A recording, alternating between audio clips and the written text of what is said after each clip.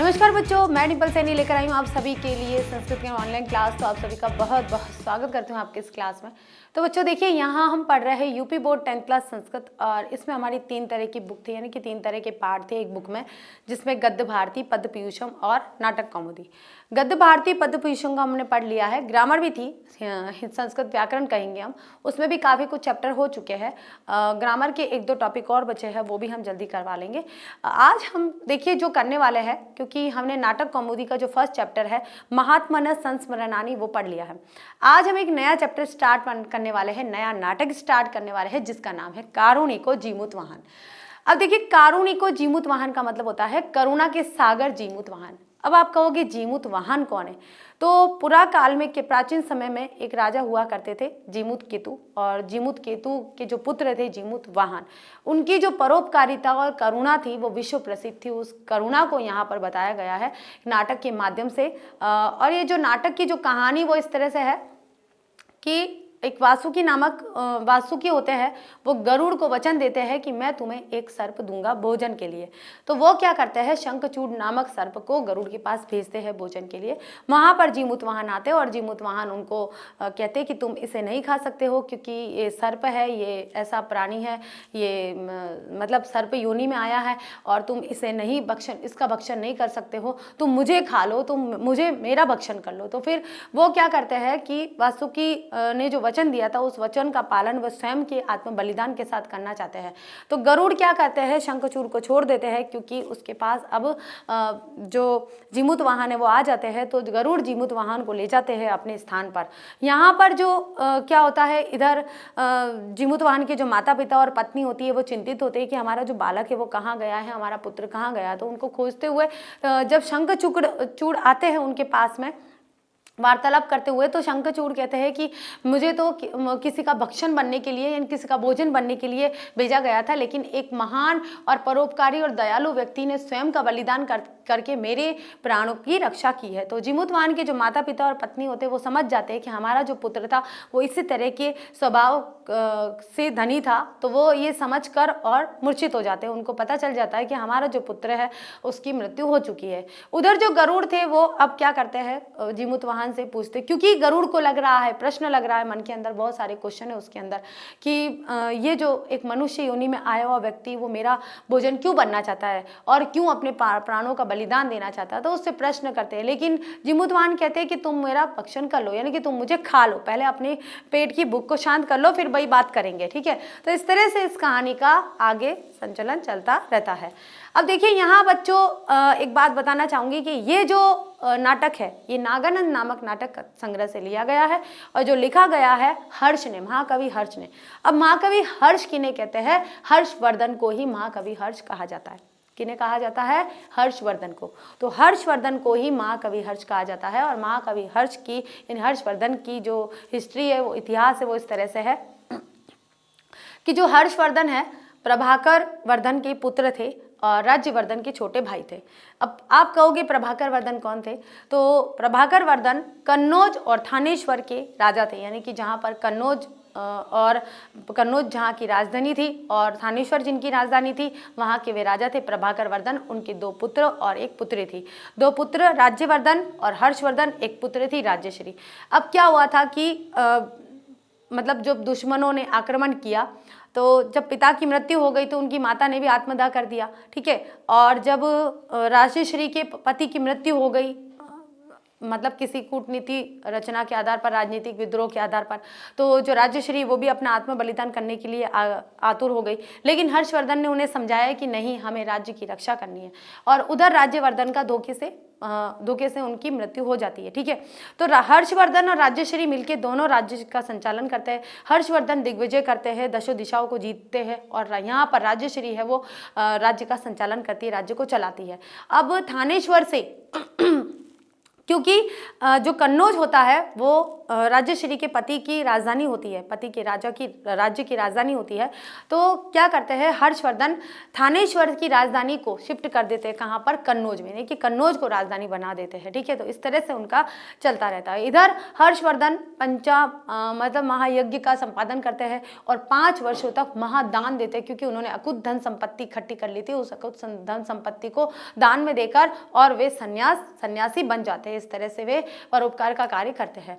तो हर्षवर्धन का जो समय है वो 6ठी शताब्दी से, यानी कि 606 ईस्वी से लेके 648 तक का समय उनका माना जाता है। ठीक है, तो इन्हीं हर्षवर्धन की लिखी गई ये जो नाटक है कारुणिको जीमूतवाहन, तो इन कारुणिक जीमूतवाहन के बारे में हम पढ़ेंगे कि क्या इसकी स्टोरी है। उसके बाद में यहाँ पर 3 प्रकार के चरित्र चित्रण दिए गए हैं, जिसमें पहले है जीमूतवाहन, दूसरे है गरुड़, तीसरे है शंखचूड़ नाम का सर्प। इन तीनों का चरित्र चित्रण भी हम पढ़ेंगे, क्योंकि आप देखिए बच्चों, जो आपका बड़ा क्वेश्चन आएगा ना, जिसमें अधिक मार्क्स का आएगा, वो केवल और केवल नाटक में चरित्र चित्रण का ही आएगा। उसके बाद कुछ क्वेश्चन बचते हैं जो आपकी टेक्स्ट बुक में है, और MCQ है कुछ जो पूरे चैप्टर को उसके सार के रूप में लेकर आए हुआ है, तो कुछ भी छूटने वाला नहीं है। जो भी परीक्षा की दृष्टि से सारा का सारा इस सारांश के रूप में आ जाएगा। स्टार्ट करते हैं हमारी क्लास, जिसका नाम है कारुणिको जीमूतवाहन। यहाँ पर आ जाएगा परिचय कि प्रस्तुत पाठ महाकवि हर्ष द्वारा विरचित नागानंद नामक नाटक से संग्रहित किया गया है। किससे? नागानंद नामक नाटक से। इसमें जीमूतवाहन नामक विद्याधर राजकुमार के द्वारा आत्मोत्सर्ग करके शंखचूड़ नामक सर्प को गरुड़ से बचाने का वर्णन है। आत्मोत्सर्ग का मतलब होता है आत्म बलिदान, आत्म बलिदान। ठीक है, इस नाटक में 5 अंक है, ध्यान रखना है। इस नाटक में कितने अंक है? 5 अंक है। नाटक पर बौद्ध धर्म का अधिक प्रभाव है। बौद्ध धर्म का क्या जो वक्तव्य थे वो क्या था? अहिंसा, परमो धर्म और परोपकार की भावना। कि बौद्ध धर्म का प्रभाव परिलक्षित का मतलब होता है दिखाई देता है। क्या दिखाई देता है? बौद्ध धर्म में अहिंसा का बहुत अधिक महत्व है। यह नाटक भी अहिंसा, आत्म बलिदान और परोपकार का उदाहरण प्रस्तुत करता है। इस नाटक की भाषा अत्यधिक सरल है और सुबोध है, यानी कि आसानी से अच्छे से समझने वाली है, तथा भाव सौंदर्य की दृष्टि से भी यह अत्यधिक महत्वपूर्ण है। इस नाटक में शांत और करुण रस की प्रधानता होती है। अब बच्चों देखिए, शांत रस की प्रधानता कैसे होती है? अब आप कहोगे कि अच्छा शांति बनी रहती है, वहाँ शांत रस होता है। नहीं, बिल्कुल ऐसा नहीं होता है। शांत रस का स्थायी भाव क्या होता है? निर्वेद यानी कि वैराग्य। आपके अंदर किसी चीज के लिए या आपके शरीर के लिए या किसी वस्तु के लिए, सांसारिक मोह माया के लिए या आपके रिश्ते नातों के लिए या किसी वस्तु के प्रति वैराग्य आ जाता है कि नहीं, मुझे ये नहीं चाहिए, तो वहां क्या होता है? शांत रस होता है। यहाँ पर जो जीमूतवाहन है उसका किसके प्रति वैराग्य आ गया था? अपने शरीर के प्रति, इस संसार के प्रति, इस बंधनों के प्रति वैराग्य आ गया था। तो उसने अपने शरीर का वैराग्य अपने मन में धारण कर रखा था। इसलिए यहाँ पर कौन से रस का संचार हुआ है? शांत रस का संचार हुआ है। किसी भी रस के संचार के लिए उसके स्थायी भाव का होना बहुत जरूरी है, क्योंकि जब तक स्थायी भाव संचारित नहीं होता है तब तक उस रस का प्रतिपादन नहीं होता है। इसी तरह से करुणा। अब करुण रस का स्थायी भाव क्या है? करुणा यानी कि दयालु, यानी कि दया और करुणा अगर आपके अंदर नहीं है तो वहां पर करुण रस का प्रतिपादन नहीं हो सकता है। इसलिए करुण रस के प्रतिपादन के लिए दया और करुणा का होना अनिवार्य है। अनिवार्य यानी कि बहुत जरूरी है। अब आते हैं यहाँ पर हम पाठ के सारांश के लिए। तो पाठ का सारांश देखिए इस प्रकार है। पहला पॉइंट जो आता है, जीमूतवाहन की खोज। अब भाई क्या हुआ था कि स्टार्टिंग में जीमूतवाहन कहीं चले गए थे। माता पिता जो पिता थे वो बीमार थे, उनके जीमूत केतु, उनकी पत्नी और जो उनकी पुत्र वधू है यानी कि जीमूतवाहन की जो पत्नी है वो दोनों उनकी सेवा में लगी हुई है। तो इसी तरह से यहाँ पर जो द्वारपाल है वो खोजते हुए आते हैं और पूछते हैं कि भाई वो कहाँ है। तो इस तरह से जीमूतवाहन की खोज चल रही है, क्योंकि वो कहीं चले गए हैं। अब कहीं चले गए हैं इसलिए वो स्टोरी आगे कैसे बढ़ती है ये हम देखते हैं कि जीमूतवाहन समुद्र तट को देखने के कुतूहल के से समुद्र तट पर गया हुआ था। वह बहुत देर तक लौटकर नहीं आता है, अतः महाराज विश्ववसु द्वारपाल को उसके घर यह पता करने के लिए भेजते हैं कि जीमूतवाहन वहां पहुंचा या नहीं पहुंचा। कि जो विश्वासु है वो द्वारपाल को भेजते कि जाओ घर पर देख कर आओ कि जीमूतवाहन घर पर पहुंचा है या नहीं पहुंचा है। तो भाई ये जो द्वारपाल है वहां जाकर देखता है कि जीमूतवाहन के पिता जीमूत केतु की सेवा उनकी माता और उनकी पुत्र वधू के द्वारा की जा रही है। आगे देखिए, वह जाकर कहता है कि महाराज विश्ववसु ने जीमूतवाहन का समाचार न मिल पाने के कारण उसे जानने के लिए भेजा है, आपके पास भेजा है। यह सुनकर जीमूत केतु, उसकी पत्नी और पुत्र वधु अत्यंत चिंतित हो जाते हैं। वो चिंतित हो जाते हैं कि हमारा पुत्र कहाँ गया। पत्नी चिंतित हो जाती है कि मेरा पति कहाँ चला गया। अचानक से खोज खबर नहीं है भाई, कुछ अता पता नहीं है, कहाँ चला गया, क्या क्या नहीं गया, क्या लौट कर नहीं आया है, काफी कुछ समय हो गया है, क्या हुआ है। तो वह सभी लोग व्याकुल हो जाते हैं, बेचैन हो जाते हैं कि जीमूत वाहन कहाँ गया, कहीं उसका कोई अमंगल तो नहीं हो गया। इसी समय अमंगल सूचक उनका बायां नेत्र भी फड़कता है। बायां नेत्र किसे बोलते हैं? जो हमारा राइट हैंड होता है, उस साइड की जो हमारी आंख होती है उसे बाईं आंख बोलते हैं। अब हम लोग भी कहते हैं ना कभी हम लोग भी कहते हैं ना कभी कि भाई बाईं आंख फड़क रही है, कुछ गलत होने वाला, कुछ बुरा होने वाला है। तो वैसा ही यहाँ पर जो सूचक है कि जीमूत वाहन के जो परिवार के लोग थे, उन परिवारजनों को जो उनकी बाईं आंख जब फड़क रही थी तो उन्हें आभास हो गया कि कुछ अमंगल होने वाला है, कुछ गलत होने वाला है, कुछ बुरा हमारे साथ होने वाला है। आगे देखिए बच्चों, चूड़ामणि की प्राप्ति। अब चूड़ामणि होती है एक सिर पे पहनने का कुछ एक आभूषण होता है, उसे बोलते चूड़ामणि। मुझे फिक्स से पता नहीं है ऐसा कि चूड़ामणि की प्राप्ति। उसी समय गीले मांस और बालों से युक्त एक चूड़ामणि उनके पैरों पर आकर गिरती है। बालों से युक्त, बाल फंसे हुए थे और उसके ऊपर गीला मांस लगा हुआ था। क्या लगा हुआ था? गीला मांस लगा हुआ था, यानी अभी ताजा ताजा था बिल्कुल, और बाल उसमें फंसे हुए थे। एक चूड़ामणि उनके पैरों पर आकर गिरती है। इस मणि को वे जीमूत वाहन का ही समझकर दुखी हो जाते हैं। कौन? जीमूत वाहन के पिता जीमूत केतु। लेकिन द्वारपाल उन्हें सांत्वना देते हुए कहता है कि ऐसे चूड़ामणि तो गरुड़ के द्वारा खाए गए सर्पों के गिरते हैं। द्वारपाल समझाता है कि ऐसे जो चूड़ामणि होते हैं, वो जो सर्प होते हैं, सांप, उनको जब खाते हैं, क्योंकि सर्पों के भी चूड़ामणि लगा हुआ रहता है, उनके गिरते हैं, तो वो उनके थोड़ी सी सांत्वना देते हैं और वो थोड़े से निश्चिंत हो जाते हैं। कौन? जीमूत केतु, जो जीमूत वाहन के पिता थे। इसके बाद जीमूत केतु अपने पुत्र जीमूत वाहन का पता लगाने के लिए प्रतिहार को उसके ससुर के घर भेजते हैं। यानी कि जीमूत वाहन के ससुराल में प्रतिहार को भेजा जाता है कि जाओ पूछ कराओ, कहीं वहां तो नहीं है। अब देखिए, यहाँ टेलीफोन तो था नहीं जो टेलीफोन कर लेते, या कोई मोबाइल तो था नहीं जो व्हाट्सअप मैसेज करके पूछ लेते या फोन करके पूछ लेते। भाई उस समय जो संचार साधन थे वो यही थे कि या तो दूत जाते थे या पक्षियों के द्वारा या पशुओं के माध्यम से संदेश भेजा करते थे। तो यहाँ पर प्रतिहार एक व्यक्ति था, उसे दूत बनाकर वहां भेजा गया कि जाओ ससुराल में जाकर पूछ कर आओ कि जीमूत वाहन कहाँ चला गया। तो इतनी दूरी तय करने में जो समय लगता था, दिन तय लगते थे, उतने दिन तक वो लोग तसल्ली रखते थे, धैर्य रखते थे, इंतजार करते थे। ठीक है, आगे देखिए बच्चों, नंबर 3 का जो पॉइंट आता है शंखचूड़ का आगमन। अब क्या होता है, शंखचूड़ नाम का एक सांप होता है। अब वो सांप आता है, यहाँ तो चूड़ामणि मिल गई, चूड़ामणि मिलते ही सब चिंतित हो गए कि कहाँ गए। तो पिताजी ने यानी कि जीमूत केतु ने जीमूत वाहन के ससुराल में एक प्रतिहार को भेज दिया, जाओ भाई देख कर आओ। ठीक है, आगे देखिए, द्वारपाल के चले जाने के बाद रक्त वस्त्र पहने, रक्त वस्त्र का मतलब होता है लाल कपड़े, क्या? लाल वस्त्र, लाल वस्त्र पहने शंखचूड़ नामक सर्प वहां आता है। उसे देखकर और चूड़ामणि को उसी का समझकर सब निश्चिंत हो जाते हैं। शंखचूड़ नाम का सर्प आता है, उसे देखते हैं और समझते हैं कि इसका चूड़ामणि होगा। चलो निश्चिंत हो गए कि अब कुछ नहीं हुआ, क्योंकि चूड़ामणि जीमूत वाहन ने भी पहन रखा था। आगे देखिए, तब शंखचूड़ उनसे कहता है कि यह चूड़ामणि मेरा नहीं है, ये चूड़ामणि मेरा नहीं है। पहले तो निश्चिंत हो गए, लेकिन अब शंखचूड़ के द्वारा जो कथन किए जा रहे हैं उससे और ज्यादा बेचैनी होने वाली है उनके माता पिता को। मुझे वासुकी ने पूर्व निश्चित शर्त के अनुसार, यानी कि वासुकी ने पूर्व निश्चित शर्त के अनुसार गरुड़ के भोजन के लिए उसके पास भेजा था।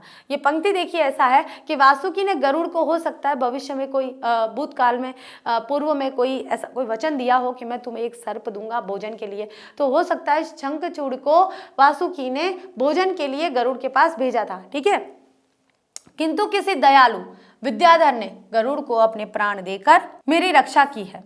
ठीक है, दूसरों का उपकार करने वाला यह जीमूत वाहन ही है, ऐसा सोचकर जीमूत वाहन के माता पिता एवं पत्नी तीनों मूर्छित हो जाते हैं। अब देखिए, उनके माता पिता को और पत्नी को पता था कि हमारा जो बेटा है या मेरा जो पति है वो कैसा है, परोपकारी है, परोपकार के लिए अपने आत्मोत्सर्ग तक कर सकता है, अपने प्राणों का बलिदान तक दे सकता है। इसलिए उन्हें पता था कि यह जो दयालु व्यक्ति है, हो न हो हमारा पुत्र ही है, और जो पत्नी सोच रही हो न हो मेरा पति है। ऐसा सोचकर तीनों बेचैन हो जाते हैं और अधिक दुख के कारण वे मूर्छित हो जाते हैं, यानी कि बेहोश हो जाते हैं। आगे देखिए, उन्हें ऐसी अवस्था में देखकर शंखचूड़ रोता हुआ सोचता है कि ये दोनों निश्चिंत ही उस महाभाग के माता पिता है। उस महाभाग कौन, यहाँ पर जीमूतवाहन के लिए कहा गया है। किसके लिए?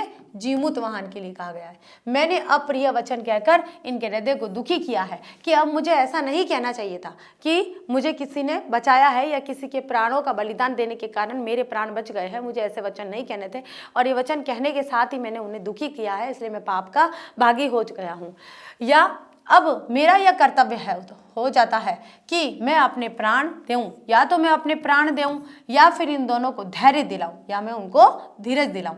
अंततः उन्हें धैर्य दिलाने का निश्चय करता है। अब ये निश्चय क्यों करता है? क्योंकि उसे पता है कि मैं अपने प्राणों का बलिदान तो दे दूंगा, लेकिन क्या जीमूतवाहन है उसके बदले में वापस आ जाएंगे? इससे बेहतर होगा कि मैं उन्हें धैर्य दिलाऊं, उन्हें दिलासा दिलाऊं, उन्हें संतोष प्रदान कराऊं। नंबर 4 का पॉइंट आता है बच्चों, गरुड़ के पास जाना। अब क्या होता है कि जो शंखचूड़ उन्हें सांत्वना देते हैं, उसके बाद जीमूतकेतु गरुड़ के पास जाते हैं। देखिए तब क्या होता है कि इसके बाद शंखचूड़ उन्हें सांत्वना देता हुआ कहता है कि उसे नाग न जानकर संभव है कि गरुड़ उसे न खाए। कि वो ऐसा कहता है कि क्योंकि गरुड़ का स्वभाव होता है वो सांप को ही खाना। गरुड़ का प्राकृतिक स्वभाव क्या है कि वो सर्प का ही भक्षण करेगा, नर भक्षी नहीं है, वो सर्पभक्षी है। तो सर्पभक्षी भी कहा जाता है, गरुड़ का एक पर्यायवाची है जिसे सर्पभक्षी भी कहा जाता है। ठीक है, क्या बोला जाता है? अहिर्भक्षी भी कहा जाता है। अहिर्भक्षी भी क्या होना है? गरुड़। ठीक है, जिसको सर्पभक्षी या अहिर्भक्षी कहते हैं। तो वो कह रहा है, जो शंखचूड़ नाम का जो सर्प है वो कह रहा है उसके माता पिता से, किसके? जीमूतवाहन के माता पिता से कह रहा है कि भाई देखो वो तो सर्पभक्षी है, उसका तो स्वभाव है सांपों को खाना, तो वो मनुष्य को क्यों खाएगा? तो हो सकता है वो सर्प न जानकर जो जीमूतवाहन है उसको न खाए, ये भी हो सकता है। तो उसके माता पिता को वो थोड़ी सी तसल्ली दिला रहे हैं कि हो सकता है माता पिता इससे प्रसन्न हो, क्या पता हमारा पुत्र अभी भी जीवित हो। अतः हम खून की धारा का अनुसरण करते हुए, इसलिए क्योंकि उन्हें पता तो नहीं था कि गरुड़ उन्हें कहाँ लेके गया जीमूतवाहन को, लेकिन जो सर्प है वो ये कह रहा है कि हम खून की धारा, सांप कैसे जाते हैं, निशानी जो मिलती है उसी के अनुसार जाते हैं। एक सांप दूसरे सांप का पीछा कैसे करता है? पद चिन्हों के द्वारा, यानी कि वो जो रेंगते हुए जाते हैं, ऐसे घर्षण करते हुए जाते हैं, तो उसी आधार पर वो निशान समझकर और अपने गंतव्य स्थान पर या लक्ष्य तक पहुंच जाते हैं। तो यहाँ पर जो सांप है वो क्या कह रहा है कि खून की धारा कहाँ कहाँ तक जा रही है, क्योंकि जीमूतवाहन को चोट तो पहुंचा ही है, क्योंकि वो अपने चोंच से ही गरुड़ उसे पकड़ेगा और पकड़ेगा तो थोड़ा बहुत खून तो निकलेगा। तो खून की धारा का अनुसरण, खून की धारा के पीछे पीछे हम जाते हैं और हम अपने लक्ष्य तक पहुंचते हैं, गरुड़ के पास चलते हैं। शंखचूड़ के पीछे पीछे जीमूतवाहन के माता पिता भी गरुड़ के पास जाते हैं। ठीक है, वो चले जाते हैं उसके पीछे पीछे। आगे देखिए बच्चों, अपने सम्मुख, सम्मुख का मतलब क्या होता है? सामने। अपने सम्मुख पड़े जीमूतवाहन के पास गरुड़ बैठा हुआ है। जीमूतवाहन पड़े हैं सामने, बिल्कुल घायल अवस्था में, क्योंकि उनको इस तरह से लाया गया था कि वो चोटिल हो गए थे। और जो गरुड़ है वो बैठे हुए हैं और सोच रहा है कि जन्म के बाद से मैंने अभी तक केवल नागों को ही खाया है, कि जब से मैंने जन्म लिया है तब से अब तक मैंने केवल और केवल सर्प का ही भक्षण किया है, तभी तो मुझे सर्पभक्षी अहिर्भक्षी कहा जाता है। लेकिन आज परंतु ये महान प्राणी कौन है जो मेरे द्वारा खाया जाता हुआ भी प्रसन्न दिखाई दे रहा है, कि उसे पता है कि मैं उसे खा लूंगा, फिर भी वो प्रसन्न दिख रहा है, वह खुश दिख रहा है, अप्रसन्न नहीं दिखाई दे रहा है। अपने प्राणों की भिक्षा नहीं मांग रहा है, प्राणों को बचाने के लिए प्रार्थना ही नहीं कर रहा है, उसने स्वयं अपना प्राणों का बलिदान देने के लिए सोच लिया है। तब गरुड़ उसको खाना छोड़कर उससे पूछता है कि वह कौन है। तब जीमूतवाहन कहता है कि पहले तुम मेरे मांस और रक्त की भूख से अपनी भूख तो मिटा लो भाई, पहले अपना पेट तो भर लो, जिस कारण तुम सांप को खाना चाहते थे वो कारण तो पूरा कर लो पहले, फिर तुम पूछना जितने प्रश्न पूछते हो। कौन कह रहे हैं? ये जीमूतवाहन। किससे कह रहे हैं? गरुड़ से कह रहे हैं कि फिर तुम मुझसे पूछना कि तुम क्या जो भी कुछ पूछना चाहते हो। परंतु गरुड़ उसका मांस खाने का विचार छोड़ देता है, क्योंकि गरुड़ क्या होता है? नरभक्षी होता है, वो अहिर्भक्षी होता है। नरभक्षी तो होता नहीं है, वो सर्पभक्षी होता है। इसके बाद गरुड़ के पास जाकर शंखचूड़ उससे कहता है कि यह नाग नहीं है, अतः तुम इसे छोड़कर मुझे ही खाओ, क्योंकि पूर्व शर्त के अनुसार वासुकी ने तुम्हारे खाने के लिए मुझे ही भेजा था। तब शंखचूड़ अपना बलिदान देने के लिए कहते हैं, गरुड़ के पास जाते और कहते हैं कि गरुड़ तुम मुझे खाओ, इसे मत खाओ, क्योंकि वासुकी ने जो तुम्हें वचन दिया था उस वचन के अनुसार मैं ही तुम्हारा भोजन हूँ, ये नहीं है। इसके खाने का जो विचार है वो त्याग दो और मुझे खा लो। आगे देखिए बच्चों, अब आता है 5वां पॉइंट, जीमूत केतु का आगमन। और जीमूत केतु कहाँ है, क्या है, यहाँ पर पिता है। ठीक है, तो जीमूत केतु आता है, जीमूत केतु आकर कहते हैं उसी समय जीमूत वाहन के पिता उसकी माता और पत्नी समेत वध स्थल यानी कि जहां पर वो वध करता था वहां पर, उस स्थल पर पहुंच जाते हैं। जीमूत वाहन उन्हें देखकर शंखचूड़ से चादर द्वारा अपने शरीर को ढकने के लिए कहता है। क्या, जीमूत वाहन शंखचूड़ से कहता है कि चादर से मेरे शरीर को ढक दो, क्योंकि मेरा शरीर घायल हो गया है और मेरे जो माता पिता और पत्नी हैं वे व्याकुल हो जाएंगे मेरी ऐसी अवस्था को देखकर, मेरी ऐसी हालत को, स्थिति को देखकर, क्योंकि उसे आशंका है कि उसके माता पिता उसे इस अवस्था में देखकर निश्चित ही अपने प्राण त्याग देंगे, क्योंकि मैं घायल हो चुका हूँ। आगे देखिए बच्चों, जीमूत वाहन की मृत्यु। इसके बाद जीमूत केतु पत्नी व पुत्र वधू के साथ वहां आते हैं। गरुड़ जीमूत केतु को आया हुआ देखकर अत्यधिक दुखी और लज्जित होता है। पहले तो जीमूत वाहन को देखकर उसके माता पिता प्रसन्न होते हैं, परंतु जब जीमूत वाहन के उठने पर उसकी चादर गिर जाती है और जीमूत वाहन स्वयं मूर्छित हो जाता है, तब उसकी उस अवस्था को देखकर उसके माता पिता व पत्नी भी मूर्छित हो जाते हैं। जीमूत वाहन की माता को लोकपालों से अमृत की वर्षा करने के लिए प्रार्थना करती है। गरुड़ इंद्र की प्रार्थना करके अमृत को लाने तथा जीमूत वाहन और पहले खाए गए नागों को जीवित करने के लिए चला जाता है। तो देखिए बच्चों, यहाँ क्या होता है, जब जीमूत वाहन की मृत्यु हो जाती है और वह मर जाता है, यानी कि तो जीमूत वाहन के जो माता पिता है उसको उस अवस्था में देख लेते हैं, क्योंकि गरुड़ के द्वारा वो शंखचूड़ से कहते हैं जीमूत वाहन कि तुम मेरे ऊपर चादर डाल दो ताकि मेरे माता पिता मेरी ऐसी अवस्था नहीं देख सके। ठीक है, क्योंकि अगर देख लेंगे तो वो अपने प्राणों का बलिदान कर देंगे, वो प्राण त्याग देंगे। तो जो शंखचूड़ है वो उनके ऊपर चादर डाल देता है। अब जब जीमूत वाहन एक उठने के लिए, खड़े होने के लिए वैसे ही उठते हैं तो उनकी वो चादर हट जाती है और घावों को देखकर जीमूत वाहन के जो घाव थे गरुड़ के द्वारा जो लगे हुए थे, उन घावों को देखकर जो जीमूत वाहन के माता पिता और जो पत्नी है वो तीनों मूर्छित हो जाते हैं। और मूर्छित अवस्था में और जीमूत वाहन की जो माता है वो लोकपालों से अमृत की वर्षा करने के लिए प्रार्थना करती है कि अमृत की वर्षा करिए, क्योंकि मेरा पुत्र मर गया है। और जो गरुड़ है इंद्र की प्रार्थना करके, मतलब गरुड़ इंद्र की प्रार्थना करते हैं और अमृत को लाने तथा जीमूत वाहन को जिंदा करने के लिए तथा जीमूत वाहन को और पहले खाए गए जितने भी नाग हैं उन सभी को जीवित करने के लिए चले जाते हैं कि मैं अब इंद्र को यहाँ लेकर आऊँगा और उनसे ये कहूँगा कि मैंने जितने भी नाग खाए थे और जीमूत वाहन को जो मैंने थोड़ा बहुत चोट पहुँचाया है, जीमूत वाहन जो मर गए हैं उनको जीवित कर दे। आगे देखिए बच्चों, जीमूत वाहन का जीवित होना। नंबर 7 का जो पॉइंट है वो कौन सा है, जीमूत वाहन का जीवित होना। इसके बाद पार्वती आकर जीमूत वाहन पर जल छिड़क कर उसे जीवित करती है। सभी पार्वती के चरणों में गिरते हैं। उसी समय गरुड़ के द्वारा जीमूत वाहन और सभी नागों को जीवित करने के लिए अमृत की वर्षा की जाती है। सभी नाग जीवित हो जाते हैं जो उससे पहले गरुड़ के द्वारा खाए गए थे। इस नाटक से यहाँ पर आता है हमारा निष्कर्ष कि इस नाटक से हमें शिक्षा मिलती है कि दूसरे के प्राणों की रक्षा के लिए हमें अपने प्राणों की बाजी लगा देने में भी संकोच नहीं करना चाहिए, क्योंकि परोपकार सबका कल्याण करने वाला होता है। हमें किसी भी कार्य को करने से पूर्व भली भांति विचार कर लेना चाहिए तथा किए हुए अशुभ कार्यों का प्रायश्चित अवश्य करना चाहिए। तो देखिए बच्चों, ये था हमारा पाठ का सारांश और पूरी स्टोरी। बहुत छोटी सी स्टोरी है, ज़्यादा नहीं है, लेकिन सामाजिक तौर पर ये आपके चैप्टर में थोड़ी सी बड़ी दिखाई देगी। अब करते बच्चों हम यहाँ पर चरित्र चित्रण करेंगे, क्योंकि चरित्र चित्रण बहुत जरूरी है। तो सबसे पहले जो चरित्र चित्रण है वो किसका है, जीमूत वाहन का।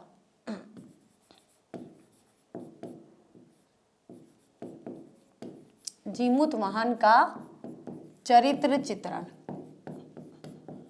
और ये आता है नाटकों में, आपका यही आएगा है ना। जितने भी नाटक है उसमें चरित्र चित्रण का एक क्वेश्चन जरूर आएगा। तो इसमें 3 प्रकार के कैरेक्टर है, 3 प्रकार के पात्र है और तीनों का चरित्र चित्रण यहाँ पर दिया जाएगा। इससे पहले हमने जो महात्मन संस्मरणानी पढ़ा था, महात्मन संस्मरणानी में केवल एक ही पात्र थे, महात्मा गांधी। तो महात्मा गांधी का चरित्र चित्रण हमने पढ़ लिया था। अब यहाँ हम क्या पढ़ेंगे, सबसे पहले आता है हमारा जीमूत वाहन का चरित्र चित्रण। तो परिचय देख लीजिए कि जीमूत वाहन विद्याधर जाति का, कौन सा, विद्याधर जाति का और गंधर्व राज जीमूत दूत केतु का पुत्र है। उसकी पत्नी का नाम मलयवती है। वह परोपकारी, दयालु, मातृ पितृ भक्त और असाधारण व्यक्तित्व का प्राणी है। उसकी चारित्रिक विशेषताएं निम्नलिखित है। यह आ गई उसकी चारित्रिक विशेषताएं। पहली आती है त्यागमय जीवन। उन्होंने क्या, करुण रस का संचार कब हुआ, शांत रस का संचार कब हुआ, जब निर्वेद आया। निर्वेद यानी कि वैराग्य आया। वैराग्य यानी कि जब जीमूतवाहन ने अपने शरीर का जो प्रेम था वो छोड़ दिया है, शरीर का जो लगाव था वो छोड़ दिया है, त्याग दिया है, तो वो क्या आ गया है, त्यागमय जीवन के अंतर्गत। तो त्यागमय जीवन ही शांत रस का प्रतिपादन करता है। निर्भीक, डरते नहीं थे वो, गरुड़ से बिल्कुल नहीं डरे और निर्भीक होकर समुद्र की लहरों को और समुद्र को कुतूहलवश देखने चले गए और वहां पर गरुड़ और सर्प शंखचूड़ नाम का जो सांप था उनके बीच का वार्तालाप सुना। वार्तालाप सुन के खुद आकर अपना आत्मोत्सर्ग कर लेते हैं, अपना आत्म बलिदान कर लेते हैं। मातृ पितृ भक्त, माता और पिता के भक्त थे, इसलिए आपने देखा कि जब माता पिता और उनकी पत्नी आती है तब वे कहते हैं शंखचूड़ से कि तुम मेरे ऊपर चादर डाल दो, क्योंकि मेरे माता पिता मेरी ऐसी अवस्था देखकर अपने प्राण त्याग देंगे। तो माता पिता का वो भक्त था। चौथा आता है दयालु। बहुत दयालु था तभी तो शंखचूड़ का जो समय था, यानी कि वासुकी ने जो वचन दिया था गरुड़ को कि मैं तुम्हें एक सर्प दूंगा भोजन के लिए, तो वे शंखचूड़ नामक सर्प को भेजते हैं। तो दयालु थे तभी तो शंखचूड़ को गरुड़ का भक्षक बनने से खुद का भक्षक बनना ज्यादा पसंद करा, इसलिए उन्होंने मतलब दया के कारण ही अपना आत्म का बलिदान करने के लिए तैयार हो गए। पांचवा आता है प्रभावशाली। उनका व्यक्तित्व कैसा था, प्रभावशाली। जो परोपकारी और दयालु व्यक्ति होते हैं उनका व्यक्तित्व कैसा होता है, प्रभावशाली होता है। अगला आता है हमारा यहाँ पर नंबर 6 का विनयशील। और वे कैसे थे, विनम्र स्वभाव के थे। विनम्र स्वभाव के थे तभी तो वे गरुड़ से लड़े नहीं, बल्कि उन्होंने अपना आत्म बलिदान कर दिया विनम्रता के साथ में। अब करते हैं हम इनको थोड़ा डिटेल में पढ़ते हैं। तो पहला आता है त्यागमय जीवन। जीमूतवाहन का जीवन त्यागमय है। गरुड़ के साथ वासुकी की यह शर्त थी कि वह गरुड़ के भोजन के लिए प्रतिदिन एक सर्प को भेज दिया करेगा। क्रमशः शंखचूड़ नामक सर्प की बारी आती है और शंखचूड़ की माता की करुण क्रदन सुनकर जीमूतवाहन शंखचूड़ के प्राणों की रक्षा करने हेतु वध के लिए निश्चित लाल वस्त्रों को पहनकर गरुड़ के पास वध स्थल पर चली जाती है और गरुड़ के द्वारा रक्त पिए जाते हुए भी तनिक विचलित नहीं होता। यह उसके महान त्याग का परिचायक है। आगे देखिए बच्चों, निर्भीक। कि जीमूतवाहन निर्भीक व्यक्ति है। गरुड़ के बक्शनार्थ जाने के लिए यह तनिक भी विचलित नहीं होता। गरुड़ के द्वारा पेट फाड़ डालने पर भी उसकी मुख कांति मलिन नहीं होती। वह गरुड़ को अपने रक्त और मांस से तृप्त हो जाने के लिए कहता है, इससे उसकी निर्भीकता सिद्ध हो जाती है। मतलब जो जीमूतवाहन है उसका पेट निकाल दिया, मतलब पेट को फाड़ कर उसमें से जो भी रक्त होता है वो पी लिया जाता है, लेकिन फिर भी जीमूतवाहन कहता है कि पहले जितनी भी तुम्हारी भूख प्यास है उसे मिटा लो, फिर मुझसे प्रश्न करना, क्योंकि तब तक भी जीमूतवाहन जीवित रहता है। लेकिन उसकी हालत ऐसी कर देते हैं गरुड़, उसको छिन्न भिन्न कर देते हैं। आगे देखिए मातृ पितृ भक्त। जीमूतवाहन अपने माता पिता का भक्त है। वह उन्हें दुखी नहीं देखना चाहता, इसलिए उनको वध स्थल पर आया हुआ देखकर शंखचूड़ से अपने शरीर पर चादर डालने के लिए कहता है, क्योंकि वह नहीं चाहता है कि उसके माता ऐसी विपन्न दशा को देखे और घायल होने पर भी वह उनका अभिवादन करने के लिए उठता है। यही गुण उसके मातृ पितृ भक्त होने का परिचायक है, यानी कि यही उसकी परिचय है। आगे देखिए दयालु। जीमूतवाहन स्वभाव से दयालु है। वह किसी के कष्ट को नहीं देख पाता। शंखचूड़ की माँ का विलाप सुनकर वह गरुड़ को भोजन बनाने के लिए स्वयं वध स्थल पर पहुंच जाता है और उसे आसन मृत्यु से बचा लेता है। उसके पास आई आसन यानी कि पास आती हुई मृत्यु से शंखचूड़ नामक सर्प को बचा लेता है। अगला देखिए पांचवा प्रभावशाली। जीमूतवाहन एक प्रभावशाली युवक है। शंखचूड़ उसके अनुपम त्याग से तो प्रभावित होता ही है, गरुड़ के ऊपर भी उसका ऐसा प्रभाव पड़ता है कि वह सदा के लिए हिंसा करना छोड़ अहिंसक बन जाता है। गरुड़ कभी अहिंसक बन सकता है क्या? लेकिन यहाँ पर वह जो गरुड़ जो जीमूतवाहन का भक्षण करता है वह अहिंसक बन जाता है तथा सभी नागों को जीवित करने के लिए अमृत की वर्षा करता है। आगे देखिए लास्ट विनयशील। कैसा था वो? विनयशील। जीमूतवाहन विनम्र और विनयशील है। वह सभी के साथ विनम्रता का व्यवहार करता है तथा अपने व्यवहार से किसी को भी कष्ट देना नहीं चाहता। उसके इसी गुण के कारण उसके पिता तथा ससुर दोनों ही उससे अपार स्नेह करते हैं। स्नेह, ठीक है, स्नेह यानी प्रेम। तो देखिए बच्चों, ये थे हमारे जीमूत वाहन की चारित्रिक विशेषताएं। अब पढ़ते हैं हम यहाँ दूसरा हमारा जो पॉइंट है वो है पक्षीराज की। पक्षीराज यानी कि गरुड़ की चारित्रिक विशेषता है। दूसरा प्रश्न आता है गरुड़। सेकंड क्वेश्चन आता है हमारा गरुड़ की चारित्रिक विशेषताएं।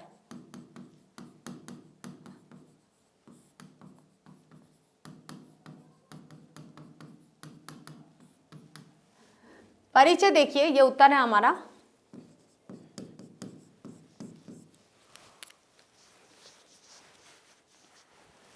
कि गरुड़ पक्षीराज तथा विष्णु का वाहन है। गरुड़ क्या है? विष्णु का वाहन है। ऐसी पौराणिक मान्यता है कि गरुड़ का सर्वप्रिय खाद्य सर्प है। पौराणिक मान्यता ही नहीं, अभी भी है कि गरुड़ जो है वो क्या खाता है? सर्प को ही खाता है। प्रस्तुत नाटक अंश में भी उसका इसी रूप में वर्णन आया है। उसकी चारित्रिक विशेषता निम्नलिखित है। सबसे पहले तो वो दयालु है, बलशाली है, प्रायश्चित करने वाला है, गुणग्राही और विवेकशील है। अब ये कैसे है, इनको डिटेल में पढ़ते हैं। दयालु, यद्यपि गरुड़ मांसाहारी जीव है। कैसा है? मांसाहारी जीव है, तथापि उसमें दया का अभाव नहीं है। अपने भक्ष्य के रूप में आए जीमूत वाहन को देखकर उसके हृदय में दया भाव जागृत होती है और वह उसे खाना छोड़कर उसका परिचय पूछता है। जीमूत वाहन की मृत्यु से उसके माता पिता को मूर्छित होते हुए देखकर वह दुखी हो जाता है। इससे क्या पता चलता है कि गरुड़ कैसा था?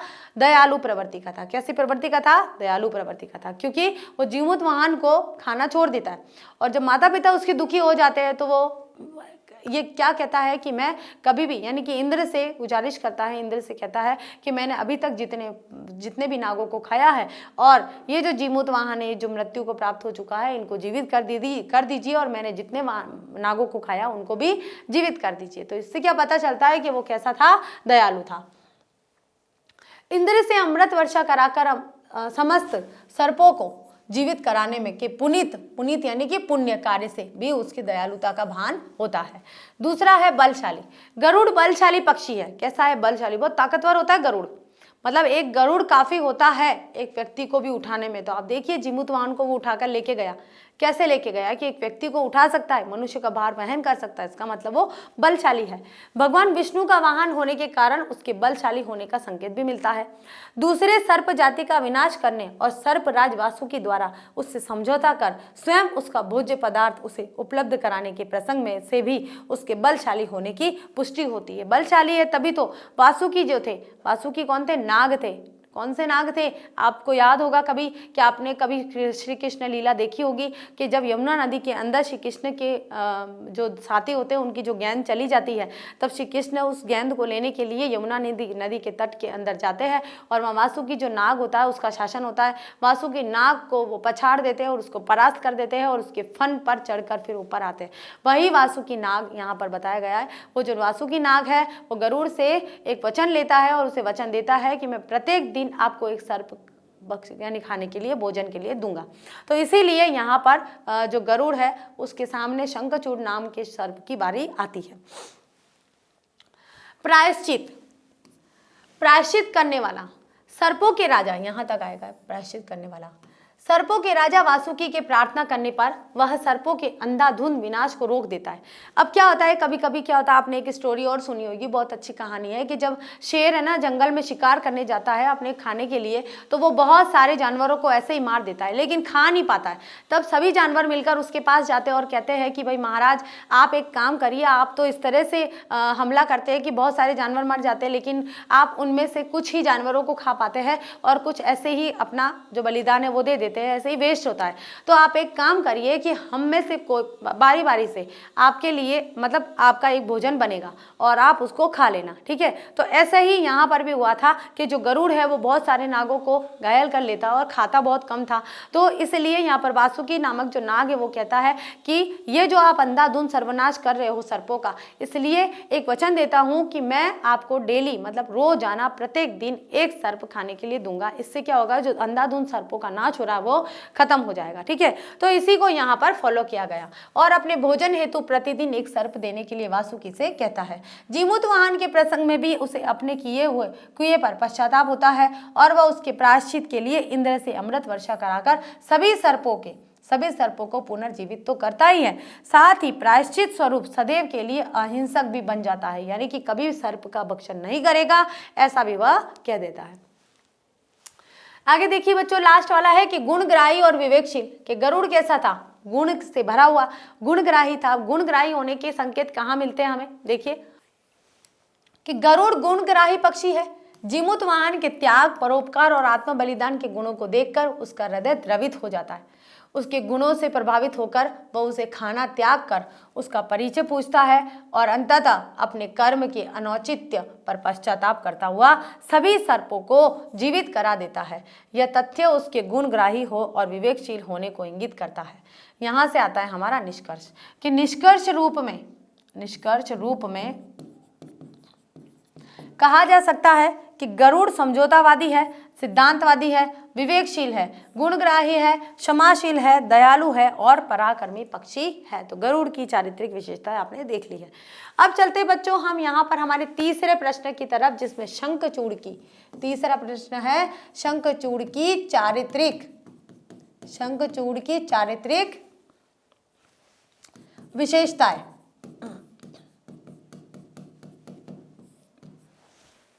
ठीक है, और कई बार प्रश्न आए हुए हैं, इनमें से तीनों में से भी आ सकते हैं। देखिए तो आपको तीनों ही तैयार करने हैं, ऐसा नहीं है कि मैम इंपॉर्टेंट कौन सा है, तो इंपॉर्टेंट के चक्कर में मत पड़िएगा बच्चों, आपको तीनों ही तैयार करने हैं। परिचय देखिए कि शंखचूड़ एक गुणग्राही सर्प है। हमने जीमूत वाहन का चरित्र चित्रण देखा और गरुड़ का देखा। अब शंखचूड़ नाम का जो सर्प है, सांप है, उसका चरित्र चित्रण देखना है। शंखचूड़ एक गुणग्राही सर्प है जिसको सर्पराज वासुकी के समझौता अनुसार गरुड़ का भोजन बनने के लिए उसके पास भेजा गया है और उसके माता पिता का उस पर विशेष स्नेह है, इसलिए उसकी चारित्रिक विशेषता इस प्रकार है। ठीक है, तो शंखचूड़ की चारित्रिक विशेषता कौन कौन सी है? सबसे पहले तो दयावान है वो, बुद्धिमान है वो, सत्यवादी है वो, आशावादी है और निर्भीक है। अब ये किस प्रकार से है हम डिटेल में देखेंगे। पहला है दयावान, कि शंखचूड़ एक दयावान सर्प है, सांप है, और दूसरों के दुखों को सहन नहीं कर पाता।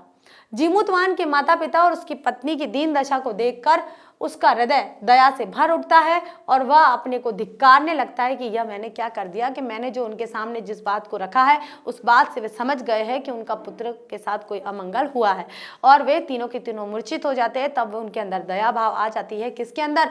सर्प के अंदर। तो वे सोचते हैं कि मैंने ये क्या कर दिया है। दूसरा है बुद्धिमान, कि जीमूत वाहन के माता पिता जब उसके द्वारा सुनाए गए वृतांत को सुनते हैं और मूर्छित हो जाते हैं, तो वो जान लेता है कि ये दोनों उस महामनुष्य के माता पिता है।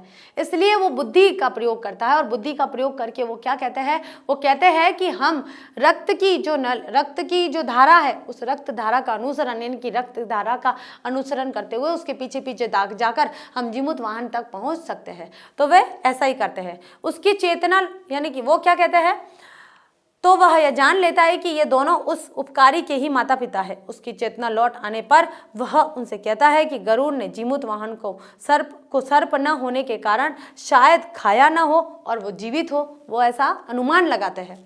आगे देखिए बच्चों, हमें रक्त के चिन्हों का अनुसरण करते हुए उसकी खोज करनी चाहिए, अतः वह उसे खोजने में सफल भी हो जाता है और ये दोनों ही घटनाएं उसके बुद्धिमान होने के साक्ष्य प्रस्तुत करती है कि वह कैसा था, बुद्धिमानी था। आगे देखिए नंबर 3 का जो पॉइंट आता है, सत्यवादी। शंखचूड़ सत्यवादी सर्प है। वह जीमूत वाहन के माता पिता से संपूर्ण वृतांत सही बता देता है, वो झूठ नहीं बोलता है। इसके उपरांत वह गरुड़ के पास पहुंचकर अपने प्राणों की चिंता न करते हुए स्वयं सच बता देता है कि तुम्हारा भक्ष्य जीमूत वाहन नहीं, मैं हूं, इसलिए मुझे खाओ। क्योंकि जीमूत वाहन वहां पर वेश बदल कर गया था, वो रक्तवर्ण के कपड़े पहन कर गया था, उससे लगा कि ये यही सर्प है और इसी को मुझे खाना है, इसलिए वो जीमूत वाहन पर चोट कर लेता है। कौन? गरुड़। तो जब गरुड़ को पता चल जाता है कि जीमूत वाहन एक मनुष्य है तो उसे वह खाना बंद कर देता है। तो मुझे खाकर अपनी क्षुधा, यानी कि क्षुधा का मतलब क्या होता है? भूख, शांत करो। आगे देखिए बच्चों, आशावादी। शंखचूड़ कैसा था? आशावादी। शंखचूड़ एक आशावादी नाग है। उसे आशा है कि नाग न होने के कारण गरुड़ ने जीमूत वाहन को छोड़ दिया होगा और इसी आशा से वह जीमूत वाहन के शरीर से टपकते हुए रक्त के सहारे गरुड़ तक पहुंच जाता है। आगे देखिए बच्चों, निर्भीक। अब गरुड़ के साथ जो सर्प था वो कैसा था, निर्भीक था, यानी कि डरता नहीं था। और निर्भीक यहाँ तीनों चरित्रों में आया। देखिए जीमूत वाहन भी निर्भीक था, गरुड़ भी निर्भीक था और सर्प भी निर्भीक था। तो निर्भीकता जो एक ऐसा चरित्र गुण है, चारित्रिक गुण है, जो तीनों पात्रों के अंतर्गत विद्यमान था। शंखचूड़ एक निर्भीक सर्प है, उसे मृत्यु का भय नहीं है, इसलिए वह जीमूत वाहन को बचाने के लिए गरुड़ के पास चला जाता है। उससे कहता है कि उसका यानी कि गरुड़ का भोजन बनने के लिए उसकी शंखचूड़ की बारी है, अतः वह जीमूत वाहन को छोड़कर उसे खा ले।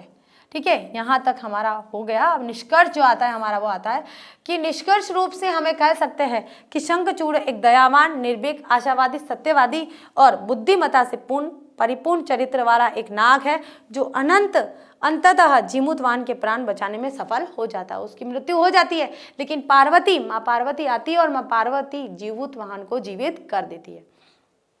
तो ये हमारे तीनों चरित्र चित्रण हो गए बच्चों। अब करते हम यहाँ हमारे अभ्यास प्रश्न। ये अभ्यास प्रश्न भी इसी तरह से आते हैं, आपके बुक में है, ये बुक के अकॉर्डिंग है सारा। पहला क्वेश्चन आता है हमारा, जीमूत वाहनस्य वार्तामुन्चेष्ट महाराज विश्ववसुना प्रतिहार कुत्र प्रेषित। यानी कि जीमूत वाहन की बातों को, जीमूत वाहन के बारे में जो बात सुनी थी, तो जो महाराज थे विश्ववसु, वो प्रतिहार को कहाँ भेजते हैं, ससुराल। किसके ससुराल, जीमूत वाहन के। ठीक है, तो देखिए, अब देखिए बच्चों, हम करते हैं यहाँ पर लघु उत्तरीय प्रश्न, और ये प्रश्न आपके सभी बुक में आए हुए हैं, बुक के साथ में कई बार एग्जाम में भी आए हैं, कई बार आए हुए हैं। मोस्ट इंपॉर्टेंट क्वेश्चन है ये सारे के सारे, उसके बाद हमारे एमसीक्यू है। ठीक है, तो पहला प्रश्न आता है हमारा कि जीमूत वाहनस्य वार्तामुन्चेष्टम महाराज विश्ववसुना प्रतिहार कुत्र प्रेषित। जीमूत वाहनस्य, अब कुत्र प्रश्न हमारा क्या आया है, कुत्र। अब इसे पूरा कैसे लिखना है, देखिए क्या करना है आपको। जीमूत वाहनस्य वार्ताम अनुवेष्टुम महाराज विश्ववसुनी प्रतिहारः, प्रतिहार तक हो गया। जीमूत केतो समीपम, जीमूत केतो के पास में प्रेषित, भेजता है। तो ये हमारा कुत्र की जगह आंसर लिखना है। अगला प्रश्न आता है, जीमूत वाहन कस्य पुत्र आसीत। जीमूत वाहन किसका पुत्र था, जीमूत वाहन जीमूत केतु पुत्र आसीत, जीमूत केतु का पुत्र था। आगे देखिए बच्चों, क्वेश्चन नंबर 3, शंखचूड़ क आसीत। शंखचूड़ एक नाग आसीत, कौन था वो, एक नाग था। क्वेश्चन नंबर 4, जीमूत वाहन फणीन प्राणान परिरक्षितम किम करोत। तो जीमूत वाहन फणीन प्राणान रक्षितम गरुडाय स्वदेहम समर्पयत। कि जब जीमूत वाहन क्या, कि जब फनों के द्वारा जब प्रहार किया जा रहा था, तो प्रहार से उन्होंने क्या करा, जीमूत वाहन ने क्या करा, गरुड़ के सामने अपनी देह, अपने शरीर को रख दिया, जब जैसे ही उसने फनों के द्वारा। ठीक है, आगे देखिए क्वेश्चन नंबर 5, गरुड़ेन व्यापदितः, गरुड़न केन व्यापदितः। तो गरुड़ेन जीमूत वाहन व्यापदितः। क्वेश्चन नंबर 6 आता है, जीमूत वाहन कथम प्रत्युजीवित कृत। जीमूत वाहन गौर्या, गौर्या यानी पार्वती कमंडलु उदकेन, अपने कमंडल से उदक निकाल कर अभिषिच्य प्रत्युजीवित अभवत। यानी कि उन्होंने अपने कमंडल से जल को छिड़का और छिड़कने से जीमूत वाहन जीवित हो गए। क्वेश्चन नंबर 7, अनभ्रावृष्टि कथम अभवत।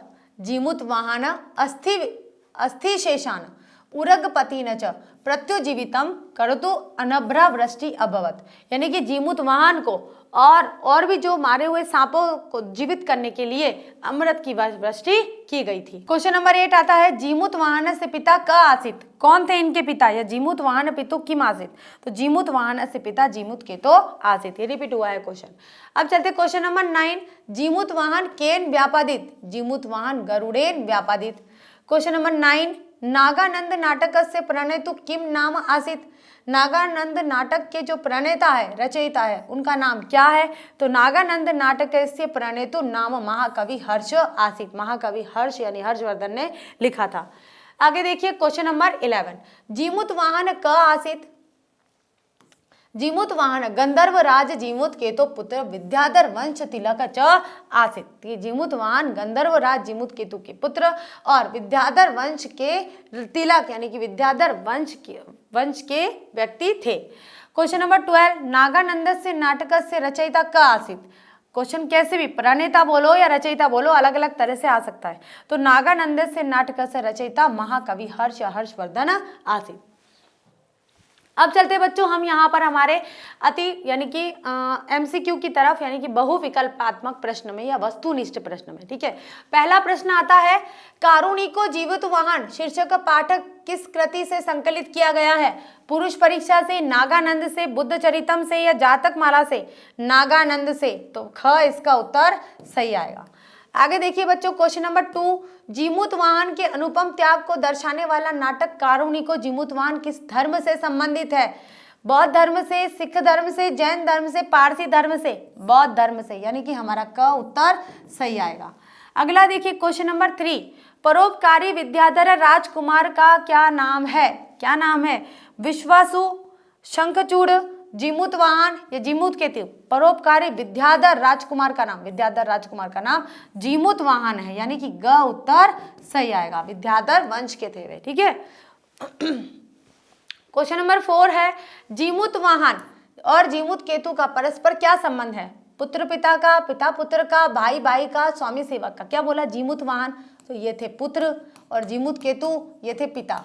तो यहाँ पर पिता पुत्र भी है, लेकिन यहाँ पर नाम किसका है? पहले पुत्र का, इसलिए पुत्र, और फिर पिता का, तो ये पिता। तो क आंसर हमारा सही आएगा। क्वेश्चन नंबर 5 आता है, मलयावती जीमूतवाहन की कौन थी? माता, पत्नी, पुत्री या दासी? पत्नी थी उनकी। कौन थी वो? पत्नी थी। ख उत्तर सही आएगा। क्वेश्चन नंबर 6 आता है, जीमूतवाहन किसकी रक्षा करता है? शंखचूड़ की, वासुकी की, गरुड़ की या विश्ववसु की? आंसर आता है हमारा शंखचूड़ नामक सर्प की रक्षा करता है। कौन? जीमूतवाहन।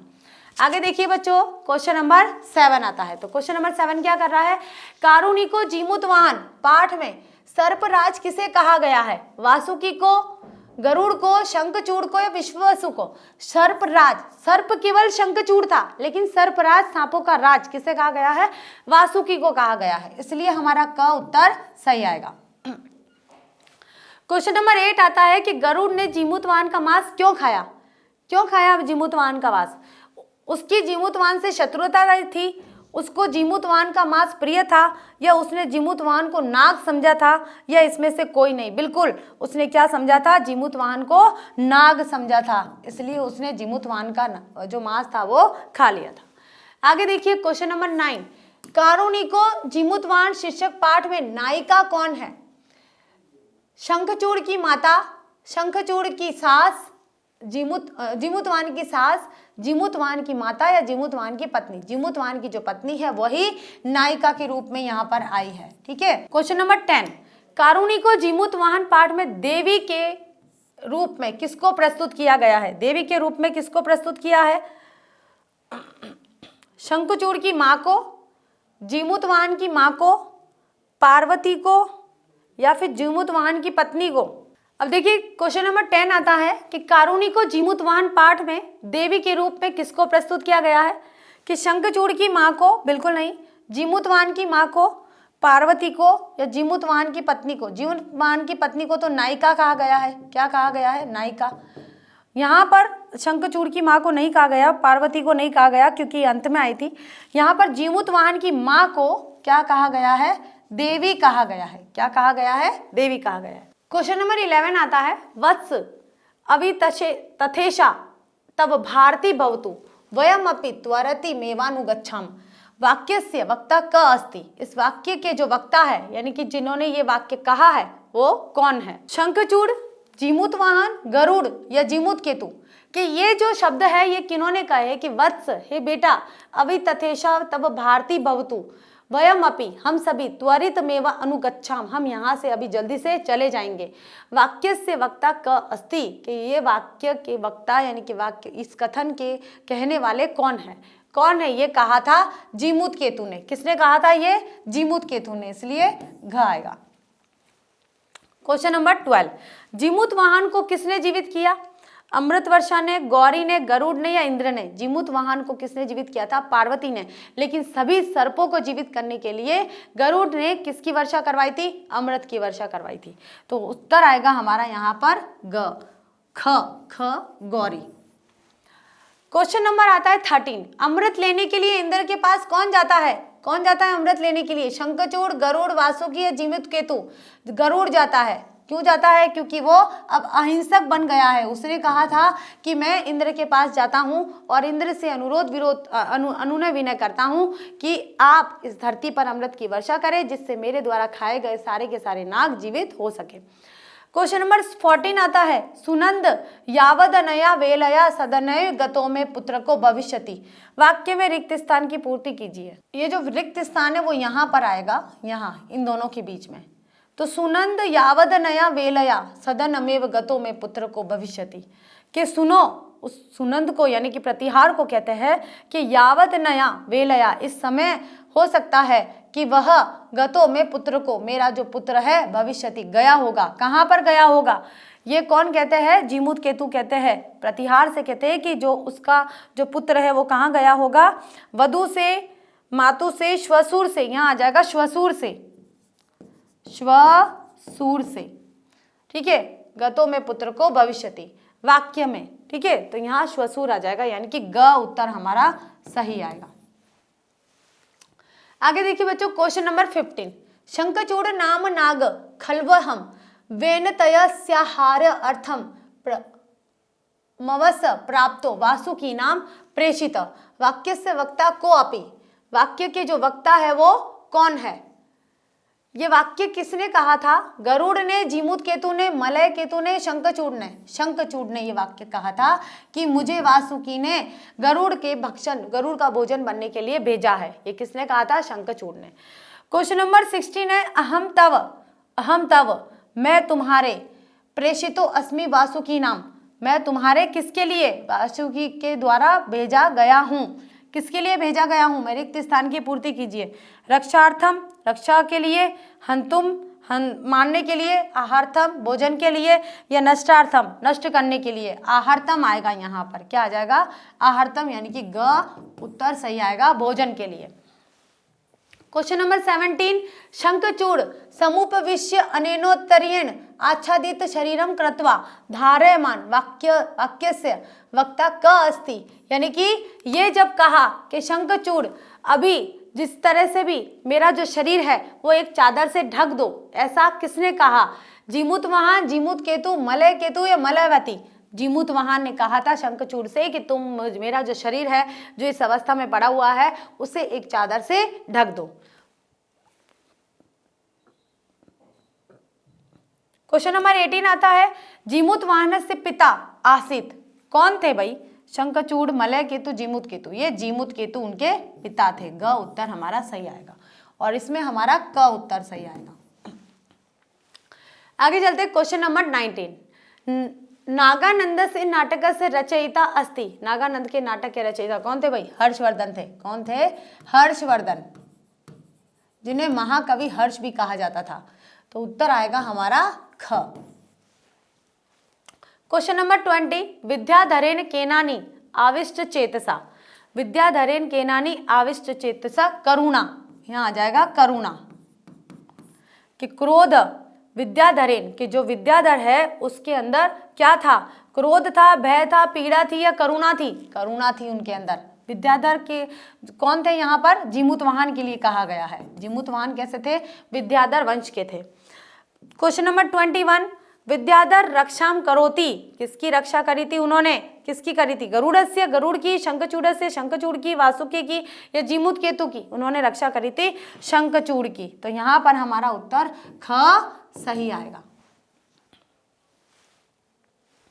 तो देखिए बच्चों, आज हमारे यहाँ पर कथा, संस्कृत कथा नाटक कौमुदी का जो दूसरा चैप्टर है कारुणिको जीमूत वाहन, ये भी कंप्लीट हुआ है। इसका सारांश हमने देख लिया है, तीनों पात्रों का चरित्र चित्रण देख लिया है और लघु उत्तरीय प्रश्न उत्तर देख लिए हैं और हमारे जो वस्तुनिष्ठ प्रश्न जिसे हम कहते हैं MCQ वो भी हो गए हैं। तो पूरा चैप्टर आज कंप्लीट हो गया है। अगली क्लास में नया चैप्टर लेकर फिर से हाजिर होते हैं। तब तक के लिए थैंक यू।